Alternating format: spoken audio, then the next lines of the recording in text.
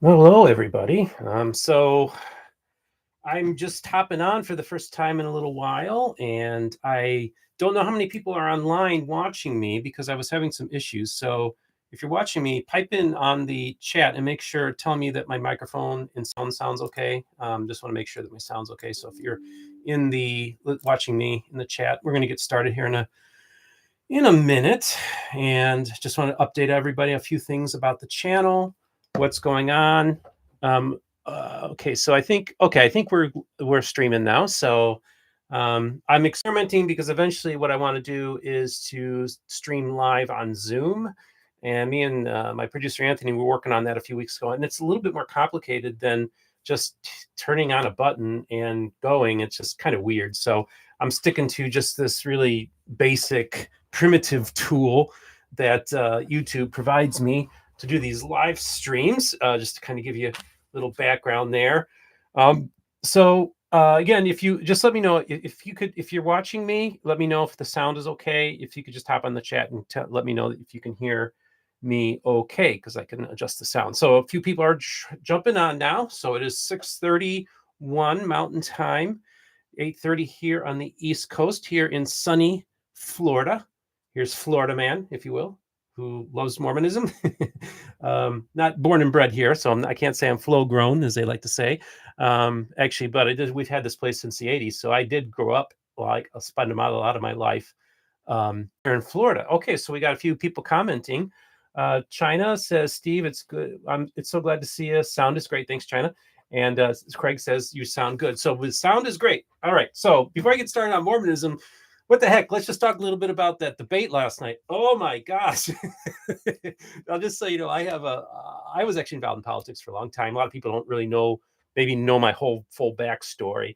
But I actually was a political consultant. I was running a congressional campaign when I was 20 years old and was the state chairman of the Indiana College Republicans back in the day, and ran for county commissioner in the second largest county in the state of Indiana, and had the endorsement of the major newspaper against my machine Democrat opponent back in the day, who was a county council person, and so that was a real big deal, and actually led the Republican ticket. The mayor of Indianapolis at the time was a Republican, was spent $3 million on Chicago television, and I outpolled him in the commissioner's district, and I raised $20,000. So you can see I'm a scrapper, I'm a fighter. I don't need a whole lot of resources to be effective.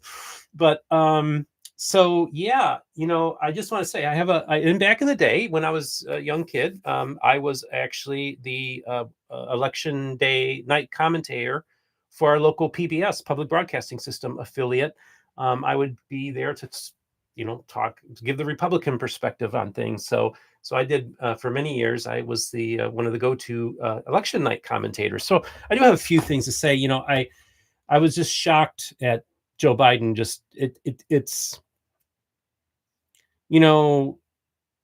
there's so much lying going on, right? Because we know there's just lies going on both sides, and one of the biggest lies was that we've been told for the last 6 months to a year is that Joe Biden is doing great and he's got all those faculties and he's sharp and there's no decline. And then we saw last night, and it was just like everybody saw it. It's funny because my mom, my dad died of dementia and died in 2020. He had dementia. He actually didn't die from dementia, but he he did die from an infection. But my mom, early on when she saw Joe Biden, she's like, Steve, he walks just like Dad. Like, she says, I see so many of the same traits. She told me this a few years ago.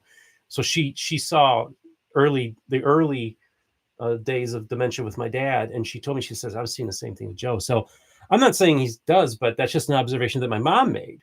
And I think that for a lot of people now, they have to kind of step back and say, man, what's going to happen here? And again, I'm just afraid for my country. Where's this thing going, right?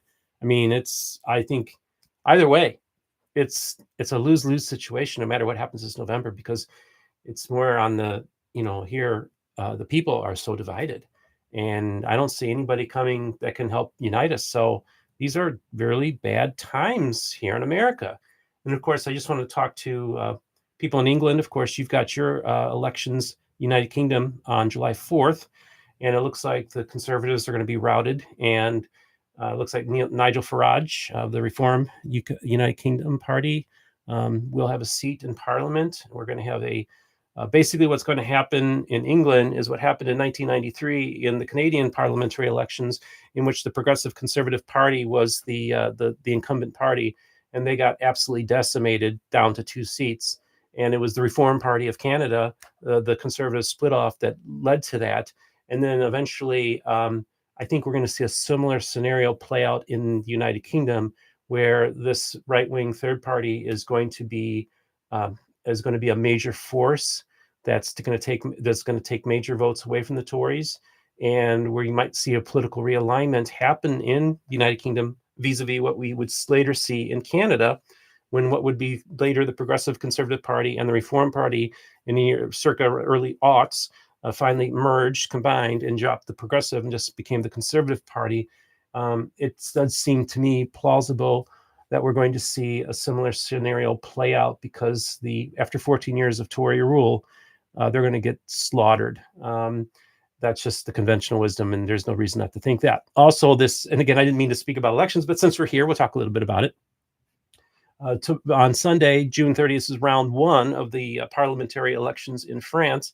And again, we are seeing the far-right National Rally Party, used to be called the National Front, the Le Pen family's party that's been around since the 1980s, at least since Le Pen's, I think he started in the 80s.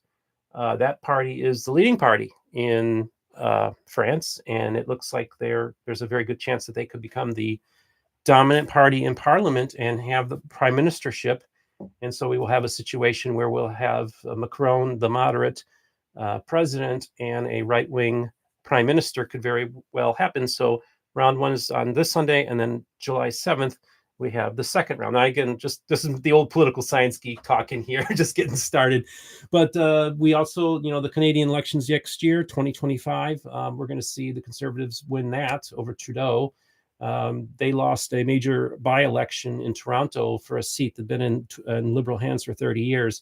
So it looks to me like we're going to see the demise of the massive defeat of the Liberal Party, but that won't be till 2025. And a lot can change between now and then. But we are seeing a political realignment happening in this world. We also saw last month with the European elections the rise of the far right in the European Parliament.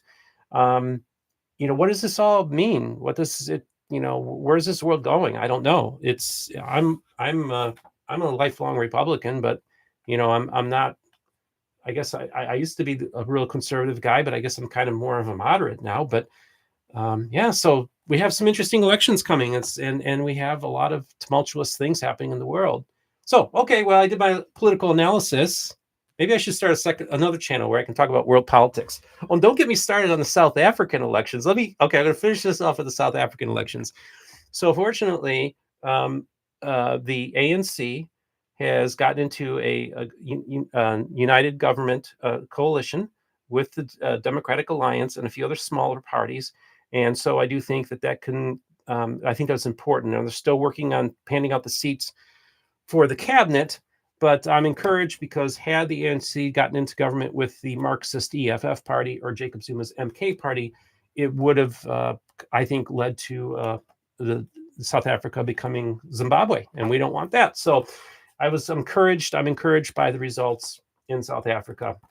And hopefully the Democratic Alliance can keep the ANC in line. So, okay. I just wanted to give updates on my health to everybody. But also let's talk about this first. First of all, I just want to let people know this Joseph Smith photograph, the alleged Joseph Smith daguerreotype, right? It's not 100% proven, but there's a large growing consensus that this is most likely Joseph Smith. And we will be plunging back into that subject, working on some angles here. And we've been basically, our channel for the last 2 years essentially has been one of the leaders of the John Whitman Historical Association. And of course, we had Curtis Weber on last year. We have others come on and talk about the Joseph Smith photographs. So that's kind of been our story.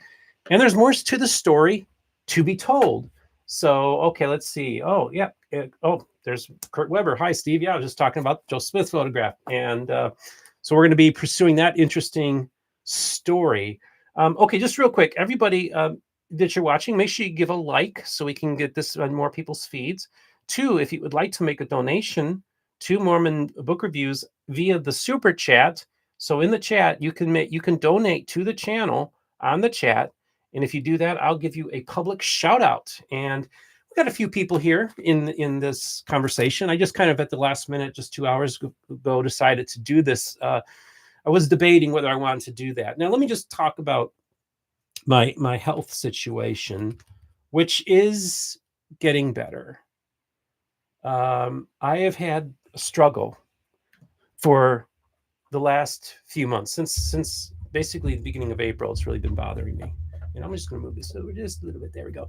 And I've been having issues with what's called, it's tinnitus. I have ringing in this ear, but it's actually called hypoacusis.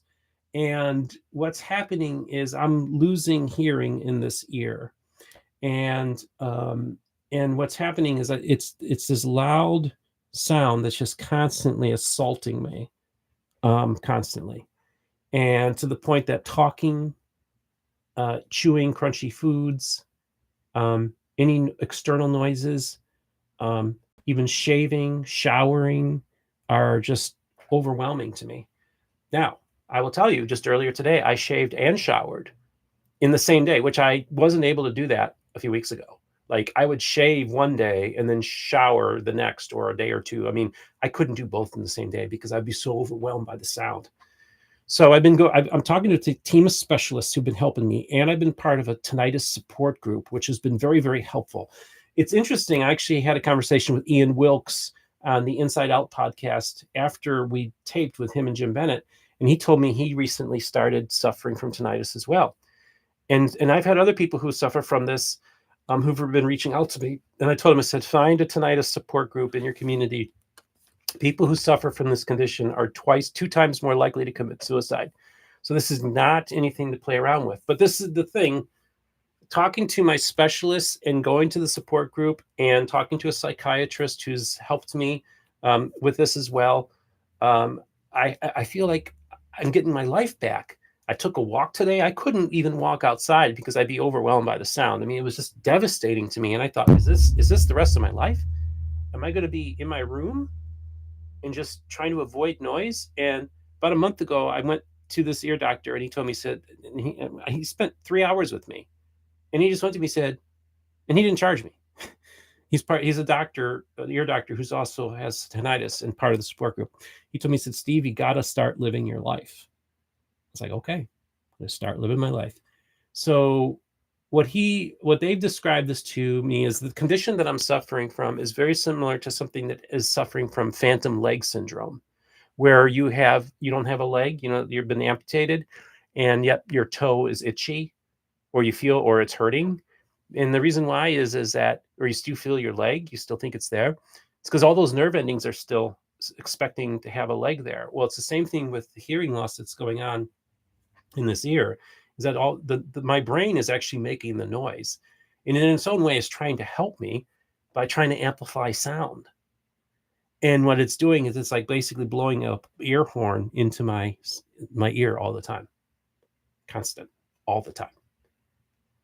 Now, like I said, people commit suicide with this condition. Now, I will tell you, once I realized that this is something that if you can train your brain to block out the sound, that's the key thing.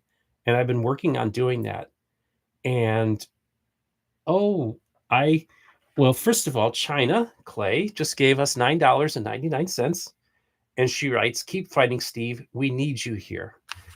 And that's a similar message I've been getting from a lot of people throughout the world who've been following me on this whole journey that I've been on. And all I can say is I want to thank everybody just for all the words of encouragement.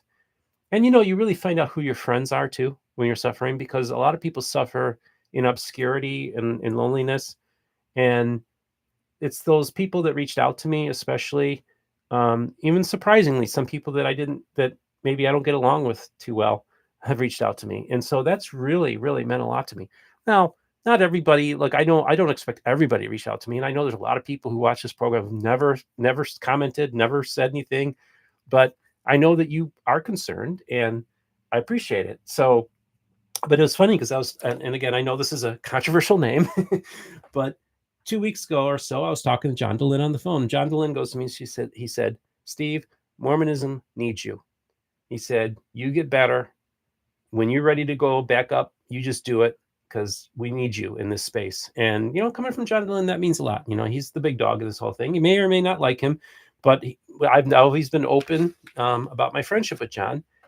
And so I'm learning to block the sound out. Now, will I get out to Sunstone in August? Will I get out to John Whitmer Historical Association meeting in St. George in September? I do not know. Part of the issue is that I've got an issue with the ear. And whenever I fly, it bothers me. Sometimes I'll fly and my ears will be bothered for a couple days, for a few days later. It takes me, so I don't want to have this going on. And then on top of it, all the pressure that goes on in my ears when I'm flying and exacerbating anything else that's going on there. So I'm going to get some MRIs. I'm going to go to my ear doctors. And if I get clearance, I need to know, and I might even say, hey, I just need Valium or something for the flight. I don't know, just to deal with the anxiety. But if there's no physical harm that can happen to me by flying, then I will consider coming out to Sunstone. I will consider coming out to John Whitmer. Might even get out to General Conference. I've been invited to go to that in October. Don't know. Also, I'm hoping to get out to Tallahassee soon. They're going to be having a temple openings, open house. That I can do. I can hop in a car and go to that. So those are just a few things. So keep me in your prayers. Let me know. Like even John Dehlin says, you're in my secular prayers. So for those of you who are non-theists, your secular prayers will be greatly appreciated as well. So I just grateful. I'm just grateful for all the support that I got out there and just all the lovely people that have been here. And I just really felt like I want to come up. Just kind of, I've been, it's a lot. There's been just a lot that I've been dealing with. And like I said, I didn't know if I was going to go live tonight. And it's just a last minute thing. It was just 2 hours ago I posted it. So I wasn't expecting to have a huge amount of people jumping on here. But I just want to let people know that I'm doing better, that we're working on some news stories. I've been sitting on a news story for a couple months that I don't have permission to release. But once I do, it's going to be a huge story. I'm really excited about some of the new stuff coming out about the Joseph Smith daguerreotype. That I think is just more information. Whether you think it's him or not, it's just more information. I think more information is good. I think it's good just to continue to get this stuff out there and let the audience decide, what they think. Also, just keep in mind, if you're watching right now and you have any questions or comments, hop in the chat. And I'll stay on and chat with you. That's part of one of the reasons I like doing these live things. And I've done Facebook live stuff too. I haven't done it recently, but I realized, it's really cool to be able to hop on and turn on the camera. And, my live feeds typically can get anywhere from 1,500 to 15,000 views. It just all depends on the topic and everything like that. And so, I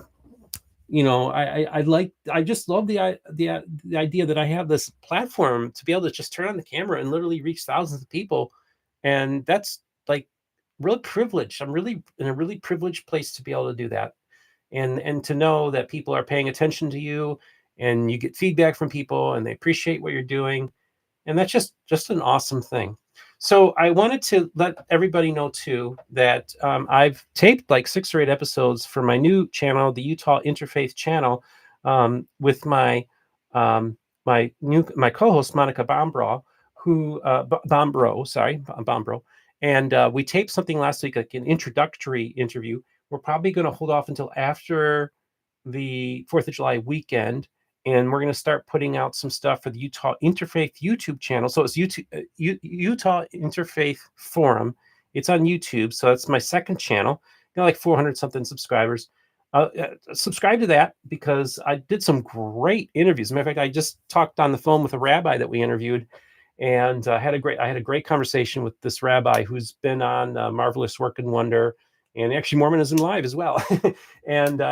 And the rabbi, him and I were talking about just things, and we're both very discouraged about what's going on in this country as well. And it's nice to be able to talk to a rabbi. There's some wisdom in Judaism, that we can learn. And, they've been through so much, the Jewish people. And it's good to hear from a rabbi and get spiritual and even secular direction. It's always good. Everybody should have a good rabbi in their life. Of course, Jesus would also be my rabbi. So Utah Interfaith Forum. On YouTube, sign up for that. Go to okay, so this is what I'm going to do too. So if I do go to Sunstone, of course, I will do another meetup for everybody. I probably do like crown burgers. That's my favorite. That pastrami on that burger is just awesome. It's just an awesome hamburger. All right, I'm going to switch to my account real quick. So here is the Utah Interfaith Forum channel.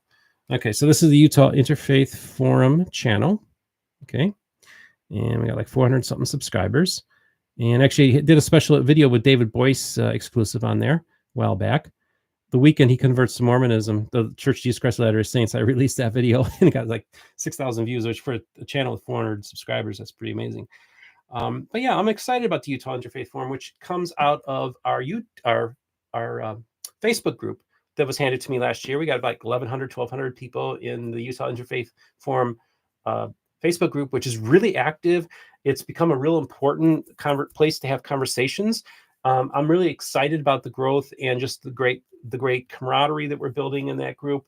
There's some disputations now and then, but generally the conversations have been positive. And I really think that the work that we're going to be doing at the Utah Interfaith Forum is really an important work. And I'm very proud of it. Interfaith is not easy and it's not for everyone. But Monica actually does work with the church in the interfaith area. And we both have spent our lives doing interfaith work in many ways. This channel, I didn't really think of as being interfaith until somebody, when they handed me the channel and said, well, we're the Facebook group. The person who founded it said, well, I basically just established the guidelines of this channel or the standards or however we modeled it after your channel of how you conduct yourself. And I was like, well, that's what I'm trying to do is model the behavior. Like, you can be critical and you can disagree with people, but that doesn't mean you need to be uncivil. And that's why I get so frustrated with these Christians that do all this attacking on Latter-day Saints. It's like, look, I may even agree with some of your points, but why do you have to come across like jerks? Like, just be civil. Try to act like Christ, for crying out loud. That's why, like, even using the term evangelical, I've debated it because it has such a horrible reputation in this country as well as especially in Latter-day Saint world. And I was like, well, we got to reclaim evangelical from these people that are just destroying our faith community through their bigotry and ignorance and just they're just unchristian-like behavior. I mean, I just wish they would be more like, theologically, maybe I agree with a lot of what they say, but why do they have to be jerks about it? And I could use some stronger language, but I'm not. 8 years with constant left ear buzzing. This is from Zeet. 8 years with constant left ear buzzing. First 3 months were horrible. Slowly my brain adapted. Hang in there. Yeah. Yep, that's what we're doing. And it's been about 2.5, 3 months now. We're going on. Yeah, we're closing in on 3 months now. And in the last couple of weeks, this is getting better. And like I said, I was shaved and showered today. I took a walk. I went to Costco the other day. I went to Walmart yesterday. Like, this is stuff a month ago I couldn't do. Like, I was just avoiding sound at all costs. It sucks. I excuse language, but it sucks. But it's, once I realized, let me just tell you a story. So about 15, or that's probably been longer than that. Back in the day, I was selling cars on the south side of Chicago, and it was kind of a stressful job, and I just was going through a lot of stuff in my life. But I had this lower back pain that was just absolutely worse. And it was worse on my days off than work, right? Which was weird. And I just remember I was going to fly out to Los Angeles. And I just remember Like a week before the flight, I'm like, there's something wrong with me. I was down to 150 pounds. I was miserable.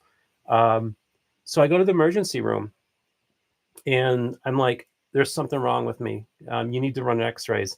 So the doctor runs x-rays on me, and she's like, I don't see anything. There's nothing wrong here. I'm like, okay. And she's like, let me ask you a question. I'm like, what's that? She says, are you under a lot of stress? I'm like, yes, I am. She says, yeah, stress can cause this. And as soon as she said that, pain disappeared right away. Immediate. It was almost like if I had gone to a faith healer and they put their hands on me and have that kind of healing. It's the power of the mind.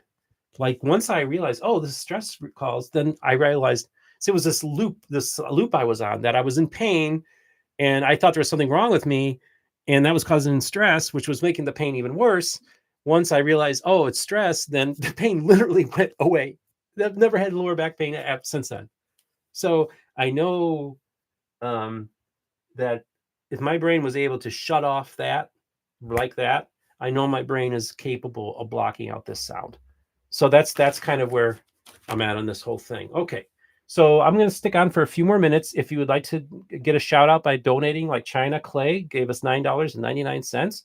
Please, if you want to get a shout out for me, please do. Oh, I got my homie. Hey, Steve, been waiting for the right moment to comment, but good to see you doing better. You're in my believing prayers. Thank you.